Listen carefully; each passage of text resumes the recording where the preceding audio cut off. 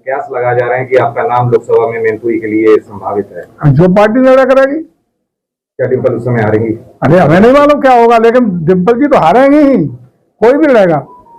लेकिन पार्टी का जो भी प्रत्याशी आएगा वो मजबूती से लड़ेगा, कमल निशान लड़ेगा, कमल निशान जीतेगा। मतदाताओं के बीच आ रहे हैं, उनको जागरूक कर रहे हैं, क्या ऐसी परिस्थिति हो रही है कि भारतीय जनता पार्टी बहुत सोच समझ के अपने चुनाव प्रत्याशी को तैयार कर रही है, प्रत्याशी को? जिंदगी में कोई काम सोच समझ के होता ही है, होना ही चाहिए, इसमें कौन नई बात है। हम लोग सबसे पहले देश में 51 सीटें यूपी में घोषित करने वाली पार्टी है। अभी तक कितने लोगों के 51 हो गई बताओ। दूसरा राउंड भी जल्दी आपको सामने मिलेगा। सेकंड राउंड पे क्योंकि राष्ट्रीय पार्टी है, पूरे देश के विभिन्न प्रांतों पर चर्चा होती है। कल तक चिंतन मंथन उन प्रांतों पर हुआ है जहां अभी फर्स्ट फेज के भी प्रत्याशी कंसीडर नहीं हुए थे।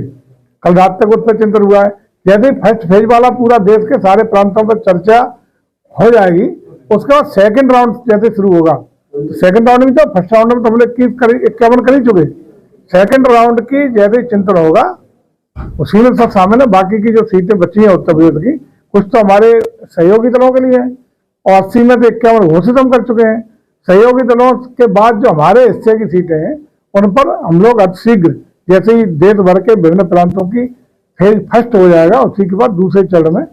एक लंबे समय से समाजवादी पार्टी के मैनिफेस्टो लोकसभा कब जा रहा है, उसको फेस करने की भारतीय जनता पार्टी क्या प्लानिंग है, क्या इस बार 80 का 80 टारगेट है और देश में इस बार 400 पार, उसी पर काम हो रहा है। उसी में 80 मैनपुरी भी शामिल है। मायावती का अभी तक कोई स्टेटमेंट नहीं आ रहा है, ना कोई लिस्ट आउट हो रही है, ना मीटिंग हो रही है।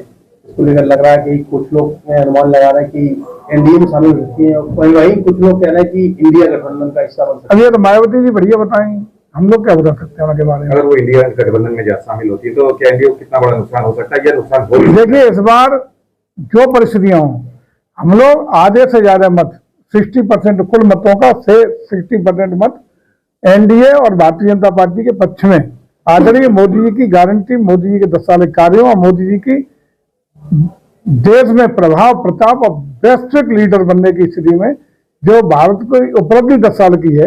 उत्तर प्रदेश में आदरणीय योगी जी की 7 साल कार्य क्षमता के आधार पर, कार्यशैली के आधार पर जो प्रदेश का वातावरण बदला, उसकी जो परिणति है उसी का परिणाम होगा कि हम मोर देन 60% वोट अकेले हासिल करेंगे और 60% में जो दल इकट्ठे हो जाए, अलग अलग हो जाए, कोई फर्क नहीं पड़ने वाला नहीं है।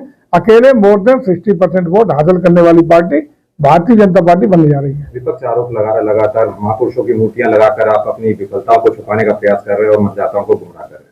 अब अगर महापुरुषों की मूर्तियां लगाना विफलता है तो स्वीकार है हम लोगों को।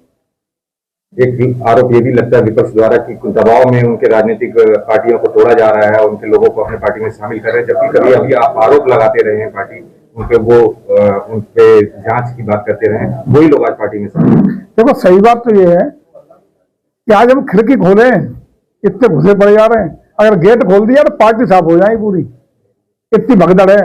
वो इसलिए है कि लोकतंत्र में जन भावना, जन आस्था सर्वोपरि होती है। पूरे देश में और खासकर उत्तर प्रदेश में जो प्रचंड आंधी और तूफान है भारतीय जनता पार्टी के पक्ष में, योगी जी के पक्ष में, मोदी जी के पक्ष में, उसका परिणाम है। यदि हमने फाटक खोल दिया तो अकेले अकेले नेता रह जाएंगे, सब भाग जाएंगे। आपने देखा भी अभी राजस्थान क्या हुआ।